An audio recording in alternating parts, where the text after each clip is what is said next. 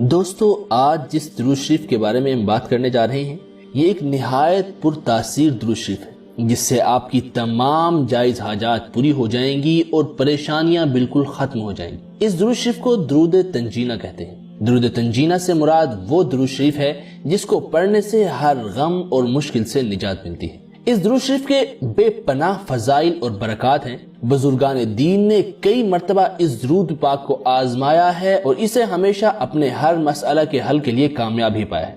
درود تنجینہ پڑھنے سے انسان کے تمام غم مٹ جاتے ہیں۔ اس انمول درود پاک کے ذریعے آپ کے تمام رکے ہوئے اٹکے ہوئے کام پورے ہو جائیں گے۔ انشاءاللہ آپ کی ہر جائز حاجت اور دعا پوری ہوگی۔ آج کی اس ویڈیو میں ہم درود تنجینہ کی ان خصوصیات کے بارے میں بات کریں گے کہ ہر قسم کی پریشانی سے نجات کے لیے کس ترتیب سے کتنی تعداد میں پڑھا جائے، یا کوئی شخص بیرون ملک جانا چاہتا ہو، اس کے پاسپورٹ یا ویزا یا ٹکٹ یا کسی بھی مسئلہ میں کوئی بھی اٹکن ہو، کوئی بھی پریشانی ہو تو اس میں کیسے کامیاب ہوا جائے، یا پھر کوئی ایسا جس کی شادی نہ ہوتی ہو، رشتہ نہ آتا ہو یا منگنی ہو کر ٹوٹ جاتی ہو تو وہ کیسے پڑھے، یا پھر شوگر کا مریض ہو یا پھر رزق کی تنگی کی وجہ سے کوئی پریشان ہو تو ان تمام مسائل کے حل کے لیے پڑھنے کے الگ الگ طریقے ہیں۔ تو ان تمام طریقہ کار کے بارے میں آج ہم اس ویڈیو میں بات کریں گے۔ تو چلیے اپنی اس ویڈیو کا باقاعدہ آغاز اللہ کے پاک نام سے کرتے ہیں۔ بسم اللہ الرحمن الرحیم۔ السلام علیکم ورحمۃ اللہ وبرکاتہ۔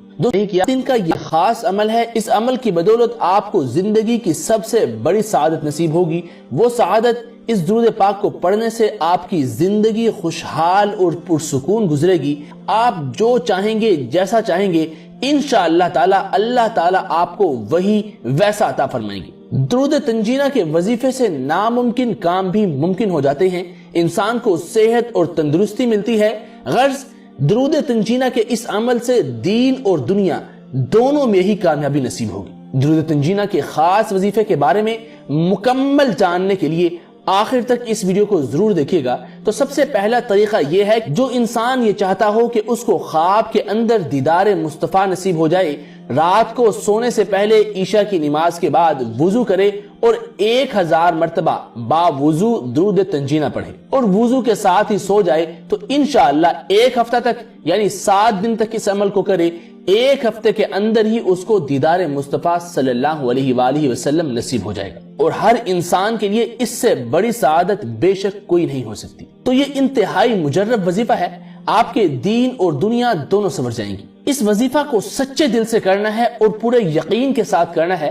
اور دوسری بات یہ کہ کوئی بھی وظیفہ کریں تو نماز کی پابندی لازمی کریں، ورنہ وظائف اثر نہیں کریں گے۔ اور ایک اور بات کہ وظائف کرنے سے پہلے حسب توفیق صدقہ ضرور کرتے رہا کریں۔ ایک بزرگ کا کہنا ہے کہ جو شخص اس درود پاک کو یعنی درود تنجینہ کو صبح اور شام 10 بار پڑھے تو اللہ تعالیٰ اس سے راضی ہو جائیں گے اور اللہ کے قہر سے نجات ملے گی، اللہ اسے برائیوں سے محفوظ رکھیں گے، اس کے غم مٹ جائیں گے۔ اس درود پاک کی ایک خصوصیت یہ بھی ہے کہ جو شخص بیماری سے تنگ آ کر طبیبوں اور ڈاکٹروں سے مایوس ہو گیا ہو، اسے چاہیے کہ اس درود پاک کو کثرت سے پڑھے، انشاءاللہ بیماری کی تکلیف سے نجات ملے گی۔ آخر یہ درود پاک ہے کیا؟ اس درود پاک کو ہم ویڈیو کے آخر میں بتائیں گے، لیکن اس سے پہلے آپ کو اس کے پڑھنے کے مختلف طریقہ کار اور مختلف پریشانیوں کے حل کے لیے بتاتے ہیں۔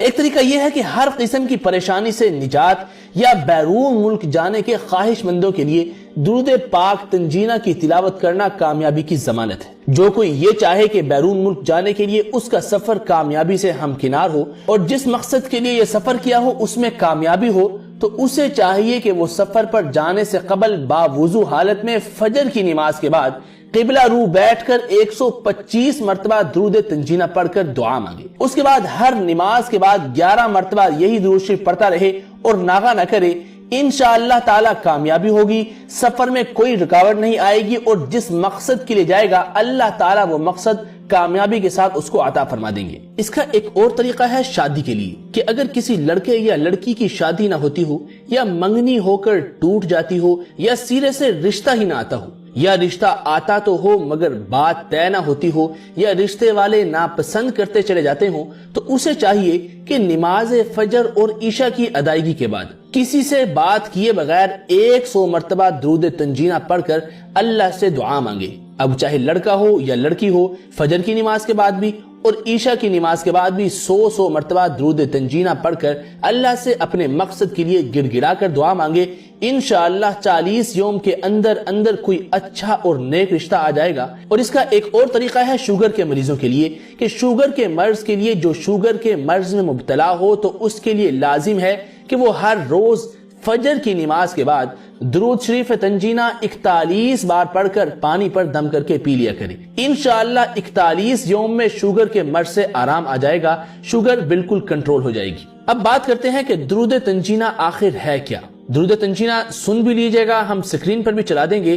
بسم اللہ الرحمن الرحیم، اللہم صلی علی سیدنا محمد وعلی آل سیدنا محمد صلاة تنجینا بها من جميع الأهوال والآفات وتقضي لنا بها جميع الحاجات وتطهرنا بها من جميع السيئات وترفعنا بها عندك أعلى الدرجات وتبلغنا بها أقصى الغايات من جميع الخيرات في الحياة وبعد الممات إنك مجيب الدعوات ورافع الدرجات ويا قاضي الحاجات ويا كافي المهمات ويا دافع البليات ويا حل المشكلات اغثني اغثني اغثني يا إلهي إنك على كل شيء قدير۔ آخر میں اللہم صلی علی سیدنا محمد النبی الامی وآلہ وبارک وسلم،